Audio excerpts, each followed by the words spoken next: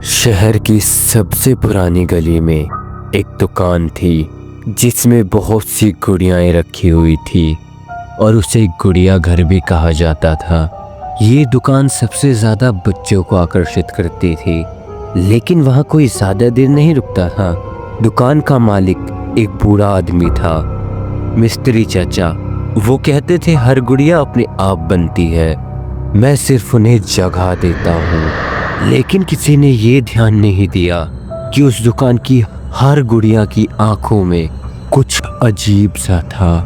10 साल पहले मिस्त्री चाचा की बेटी अदिति एकदम से लापता हो गई। लोगों ने बहुत खोजा, लेकिन सिर्फ उसकी चप्पल मिली, वो भी दुकान के अंदर। उसके बाद दुकान में एक नई गुड़िया रखी गई, उसी के जैसे बाल, वही कपड़े। कहा गया कि चाचा जी ने उसकी याद में से बनाया है। मगर फिर हर साल एक बच्चा लापता होने लगा और दुकान में एक नई गुड़िया दिखने लगी। आरव एक 16 साल का लड़का था जो रहस्यमय चीज़ों में बड़ी दिलचस्पी रखता था। उसने उसी कहानी को सुना। उसने सोचा कि वो उस गुड़िया घर जाकर सच्चाई का पता लगाएगा। वो रात को छुपकर दुकान में घुस गया। दुकान पूरी तरह से शांत थी, बस टेबल पर सैकड़ों गुड़ियाएं पड़ी थी जो एक ही दिशा में उसको घूर रही थी। तभी दरवाज़ा एकदम से पीछे से बंद हो गया और दुकान की बत्ती बुझ गई। आरव ने अपना टॉर्च जलाया। एक गुड़िया नीचे गिर चुकी थी। जैसे ही उसने उसे उठाया, उसके कान के पास एक धीमी सी आवाज आई, मुझे बाहर निकालो। तभी उसे मढ़ी हुई एक पुरानी डायरी मिली। उसमें जो लिखा था उसे पढ़कर आरव के होश उड़ गए। उसमें लिखा था, जिसे समाज ने भुला दिया, मैंने उसे यहाँ बंद कर रखा है।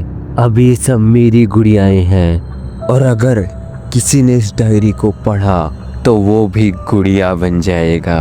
इन सारी चीज़ों को पढ़कर आरव डर गया और बाहर भागने लगा, लेकिन ऐसा लग रहा था कि दरवाज़ा किसी ने अंदर से बंद कर रखा हो। सारी गुड़ियाओं की आंखें एकदम से घूमने लगी। उसमें से एक की आंखों से खून टपकने लगा।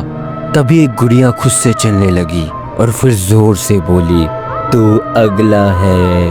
आरव ने लकड़ी को तोड़ दिया और जैसे तैसे वहां से बाहर निकला और थोड़ी ही दूर जाने के बाद जब उसने पीछे मुड़ के देखा तो वो दुकान अब अंधेरे में डूब चुकी थी।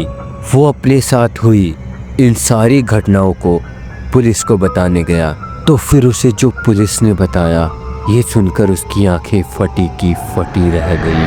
पुलिस ने उसे बताया कि वो जिस दुकान के बारे में बात कर रहा है, वो ऐसी तो कोई दुकान उस गली में है ही नहीं। उसने बाकी लोगों से भी पूछा, लेकिन सबने ऐसा ही कहा कि वैसी तो कोई दुकान नहीं है।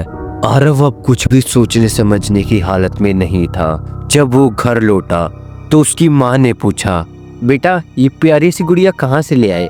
आरव ने देखा उसकी बैग में वही चलती हुई गुड़िया थी जो बोल रही थी, तू अगला है। गुड़िया एकदम से मुस्कुराने लगी और उसी रात आरव हमेशा के लिए गायब हो गया। अब गुड़िया घर में एक और नई गुड़िया आ गई जो कि एकदम आरव जैसी दिखती थी।